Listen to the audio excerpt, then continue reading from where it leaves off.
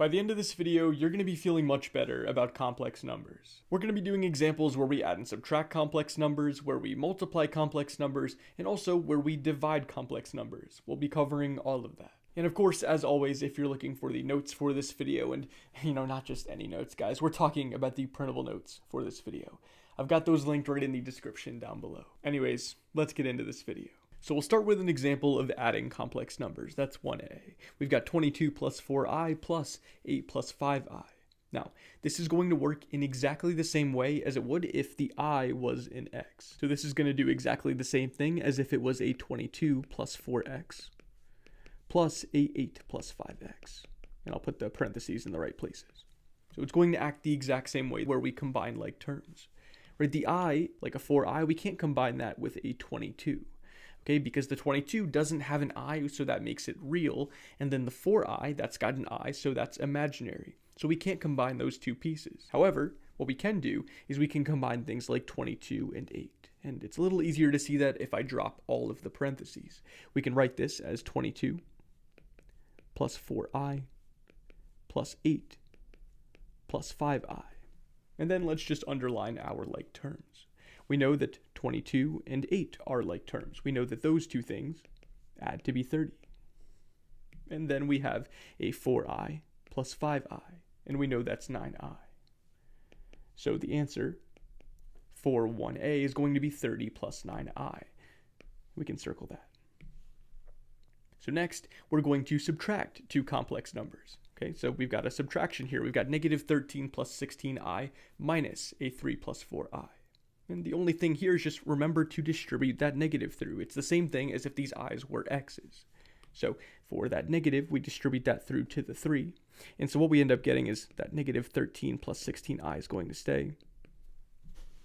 And then distributing that negative through to the 3, we're going to get a minus 3. And distributing that negative through to the 4i, we're going to get a minus 4i. And then again, we're going to combine our like terms just like we did in 1a. So we've got a negative 13 minus 3, that's a negative 16. And then we've got a positive 16i minus 4i, and that's plus 12i. And so right there we get our answer for 1b. So there's one more problem that we got to do here, and this one's got a whole bunch of stuff going on, but again, we're just going to combine like terms. So we've got a 1 that doesn't have an I, we've got a 2 that doesn't have an I, and we've got a 5. So all of those things don't have i's, and so we can combine those all together. We've got a 1 plus 2 plus 5, and that is an 8. So we'll put an 8 here. And then we'll take everything that has an I in it. So we've got a plus I, a minus 4i, and a minus 3i. And I minus 4i is negative 3i. Okay, so we get a negative 3i from these two things, and then minus 3i is negative 6i. So we're going to get a minus 6i. Okay, so you see how I have my real part, my piece without the I, and I've got my imaginary part, the piece that does have the I. And together, these things make up a complex number. So this is a complex number, this is a complex number, and our answer for 1a was a complex number. Right? This is the end goal of all of these problems that we're going to be doing in this entire video. Okay, we want to end up with a complex number, one complex number as the answer. So that is it for the entirety of problem 1. That's adding and subtracting complex numbers. But what happens when we start to multiply them? So we've got 3 plus 2i times 5 minus 3i. And again, this works exactly the same way, almost exactly the same way, as if these i's were x's. So let's multiply this out. The first thing that we got to do is multiply that 3 through to the 5, and that's 15. So that's our first piece. And then next, we have to multiply that 3 through to the negative 3i. And we know 3 times negative 3 is negative 9. And then you just put the I there. So far, so good. We've got a 15 minus 9i. We've multiplied through that 3. Now we have to multiply through 2i. And that starts with a 2i times 5. 2i times 5 is a 10i. And then we just have to multiply 2i to negative 3i. Now 2 times negative 3 is negative 6. So this is going to start with a negative 6. And then we've got that I times I. And that's I squared. So we put a I squared here. So now we can do a few things. First, we can combine like terms. Negative 9i plus 10i, well, we know that's just going to be a 1i, a positive 1i, and that's just I. So we can actually just write this as 15. You can write it as plus 1i if you want, but we can just write that as plus I. That's completely fine. So that combines our like terms here, but we've got this negative 6i squared sitting on the end there, and there is something that we can do with that. Remember that I squared is negative 1, so we can actually just substitute a negative 1 in there. Now, I talk about why I squared is negative 1 in my video on imaginary numbers, so if you haven't checked that out yet, definitely go check that out. That has a really good explanation for a lot of this imaginary number stuff, a lot of i's to different powers. But for I squared, I can just show that to you really quick. So we know that I, that's defined as the square root of negative 1, right? That's what I is. That's the imaginary number I. But if we want to find out what I squared is, we can just square both sides of this equation. And when we do that, you end up seeing what I squared is. We get that I squared is equal to, well, on the right side, I've got a square and a square root. And those two things cancel off. So I'm just left with what's underneath the square root, and that's negative 1. So I get that I squared is negative 1. So that's how you can show that I squared is negative 1. And so it's completely okay here to write I squared is negative 1. Just go through and plug that in. And then we can clean this up a little bit. We get that 15 plus I, and then we have negative 6 times negative 1, that's a positive 6. And then we just have to combine a little bit more like terms here. We've got a 15 plus 6, and that's a 21. So we get our answer as 21 plus I. And there we go. Okay, so that's 2a. Let's try another one. Let's try 2b and see if you got the hang of this now. So now we've got 9 plus 4i squared.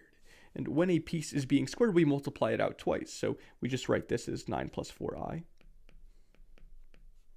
times 9 plus 4i. And I know this is the blue section, but I want to make this a little more colorful for you. So I guess I'll write the multiplication stuff out in red. Here we have a 9 times 9, that's first. And I know that's 81. Next, I have the 9 times 4i. That is a 36i. Now I've got to multiply that 4i through to 9 there, and we actually just did that. That's another 36i, right? 9 times 4 is just 36. And then lastly, we've got to do 4i times 4i. Now 4 times 4, that's 16. So I know I'm putting a 16 here, but then I've got that I times I, and that's I squared. Okay, so I get all of this now. And so I got to do a little bit of simplifying, but there's not too much to do. I've got an 81 here, and then I've got like terms in the 36i plus 36i, and that's 72i. So that's good. We're all set there. But then I've got this 16i squared, and we know that I squared is negative 1. So we can just write that this is plus 16 times negative 1. Or just plug in that negative 1 for the I squared. So we can finally combine like terms here. And I'll rush a little bit because I could write this as a minus 16, but I'll just assume that you guys can see that part. And then we just have an 81 minus 16. Right? An 81 minus 16 is going to give you a 65. And so we end up getting 65 plus 72i. And that ends up being your answer for 2b. Okay, so that one we went a little bit faster with, and we were dealing with some bigger numbers, but yeah, I mean, it still made out okay. So let's move on to the last problem for problem 2, and that's 2c. First, we've got a 7 times 7, and that's 49.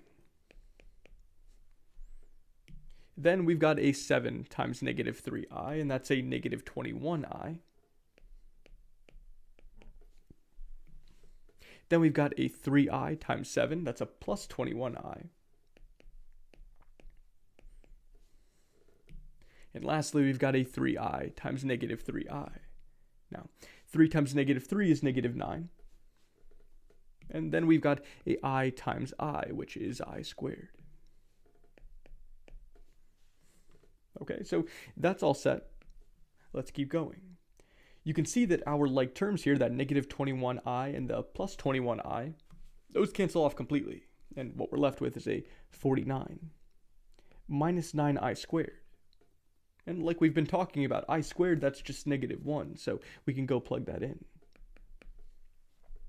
And so what we end up getting is that this is 49 plus 9, right? I can write that out because there's two negatives there, so that makes a positive.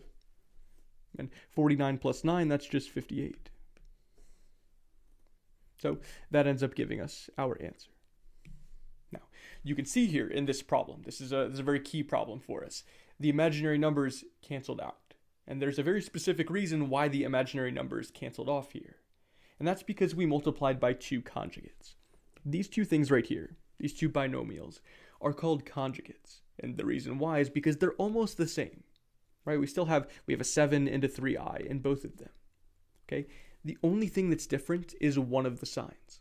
So here we had a plus 3i, but here we had a minus 3i.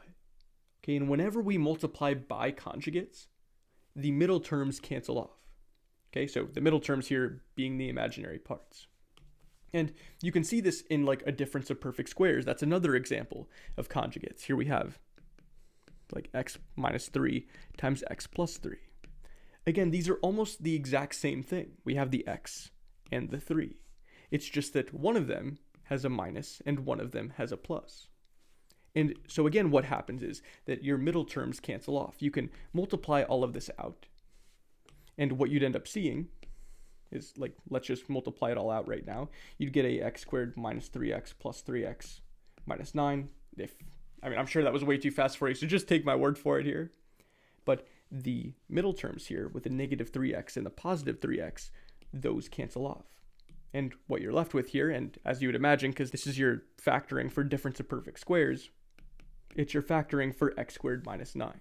So again, when you multiply by conjugates, those middle terms cancel out. And for when we're multiplying two complex numbers together, those middle terms are imaginary numbers. And that's going to be really useful for when we divide complex numbers, and that's the next problem that we'll do. So we've got two division problems here with complex numbers. And the goal with dividing complex numbers is to get all of the imaginary parts out of the denominator. Okay, because remember, we want our answer to be some nice complex number. So something like, 65 plus 72i, where there's a real part and an imaginary part. If there's no imaginary part, like as our answer in 2c, that's even better. But generally what we'll see our answer as is a complex number like 21 plus I or 65 plus 72i. Okay, or something like that. And for 3a, it's very easy to get an answer like that because there aren't any imaginary pieces in the denominator like there are in 3b. What we can do for 3a is just split up that fraction. So we can write it as 6 over 3 plus 9i over 3. Now, if we do that, there's a little bit of simplifying that can happen here. 6 divided by 3 is just 2. And then 9i divided by 3? Well, we know that 9 divided by 3, that's just 3. So that means that 9i divided by 3 is 3i. And so what we end up getting here is 2 plus 3i. That ends up being our answer. And you can see that's a nice little complex number. But that's, again, because we didn't have an imaginary piece in our denominator. When we do have that imaginary piece, it does get a little more difficult, and that's where we have to use conjugates. Because remember, when I said that we multiply by conjugates, our imaginary pieces go away. That is how we get our imaginary piece out of the denominator in 3b, in this problem here. Okay? We want to get that imaginary piece out so that we can do something just like 3a, so that we can just divide it like that. And so here's what we end up doing. What we're going to do is multiply by the conjugate on top and bottom. Okay, so the conjugate of the denominator, that's the conjugate that I'm talking about, it's going to have a negative 5 and a 10i. It's just not going to be a plus 10i this time. We're going to make it a minus 10i. So that's what we're going to be multiplying by on top and bottom. So I'll put that on top and bottom here. And we just have to multiply that out now. Now multiplying these out isn't the most fun thing in the world, but we'll get it done. we first got a 5 times negative 5, and that's a negative 25. So we start with a negative 25 in the numerator. Now next we've got a 5 times negative 10i, that's a negative 50i. So that's our next piece. Then we've got a negative 6i that has to get multiplied through. We've got negative 6i times negative 5, that's a positive 30i. So that's our third piece. And then lastly, we have a negative 6i times negative 10i.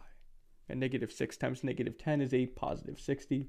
And then we get an I squared. Okay, so that is our numerator multiplied through. Now, for our denominator, we've got a negative 5 times negative 5, that's a positive 25. And then we've got a negative 5 times negative 10i, and that's going to be a positive 50i. So that's our negative 5 multiplied through. Now let's look at our 10i. We've got a 10i times negative 5, that is a negative 50i. And so you can already see how these imaginary numbers are going to cancel off. How 50i and minus 50i, that's 0. So multiplying by conjugates in the denominator does exactly what we need it to in canceling off those imaginary parts and leaving us with only something real in the denominator. You can see that again with 3a, we only had something real in the denominator. That's exactly what we wanted so that we could split the fraction up like this and get our answer as a nice little complex number. Okay, so we multiplied that 10i through, almost all the way through. We got to multiply the 10i through to the negative 10i. And that's going to be a negative 100 times I squared. Okay, so we've multiplied all of that through. Now we've got to do a little bit of simplifying. So we get that this thing is equal to, I'll write our fraction out. And we've got a negative 25. And then we've got a negative 50i plus 30i. Those are two like terms. We know that that is negative 20i. Okay, and then we've got a plus 60 times I squared. And again, we know I squared is negative 1. So honestly, you could write this as minus 60 if you see it that quick. But let's say that you didn't see how quite a way that it's negative 60. You can write it as plus 60 times, and we know I squared is negative 1, so I can write it like that. And so maybe now you see how that gives me a negative 60. But I don't want to go too fast for you guys, so I'm trying to keep the pace good. So for our denominator, we've got a 25. So that's our first part. And then we have our imaginary parts canceling off. The 50i cancels off with the negative 50i. And then lastly, we've got a negative 100 times I squared. So negative 100 times negative 1. And so let's just simplify there, clean this up a little bit, and we'll be well on our way to our answer. We've got a negative 25 here, which I guess I can just leave. I can write this as negative 25 minus 20i, and then we can write that negative 60 there. And then our denominator, that's 25 plus 100. Negative 100 times negative 1 is a positive 100. Okay, and so now I can combine those like terms safely and hopefully not leave anybody behind. We've got a negative 25 minus 60. That's a negative 85. And that 5, I'm not very content with how that 5 looks. So, okay, there we go. That's a little bit better. And then we've got the negative 20i. And then in the denominator, we've got a 25 plus 100, and that is a 125. So look, these numbers do look pretty gross right now, but there's something very quick that we can do to clean this up. You can see that all of these numbers are divisible by 5. And so what I'm going to do is divide by 5 on top and bottom. And that's going to clean things up considerably. What I end up getting is that, well, negative 85 divided by 5, that's going to be the hardest one to do. And what you end up getting is that that's negative 17. And that's going to be minus 20i, or 20 divided by 5, that's 4. So you get a 4i there. And then that's going to be over 125 divided by 5 is 25. Okay, and yes, I'm making this problem purposefully gross because I want to give you like a very hard dividing complex numbers problem where you do deal with big numbers. I feel like that's going to help you the most to see really what the worst of it could be. So you can write your answer like this, but it'd be nice to write it as a nice complex number, okay, to split up this fraction. And so what we're going to do is I'm going to write it like this because I'm running out a little bit of room here. I'm going to write this as negative 17 over 25, so splitting up this fraction. And then I'm going to have minus a 4 over 25. And I'll write the I on the side here. So you can see how it's our real part, right? The piece without the I, and then the piece with the I. I know it looks a little bit gross here, but I mean, hey, it just has a little bit of fractions. The numbers, we were able to figure that out. So right there, that ends up being the answer for the last problem for this video. Now, I know you're going to want to do plenty more practice problems where you're adding, subtracting, multiplying, and especially dividing complex numbers. And so in the description, I linked a worksheet with 12 more problems on it. Now, if you want to work through those problems with me, I do have also linked in the description an extended video where I go through all of those problems, and I'll also include a link in the description to all of my extended videos for all the topics that I cover in algebra. But yeah, I hope that all of that in this video was able to help you guys. Let me know if you have any questions in the comments. And yeah, guys, that's going to do for this video, and I'll see you soon.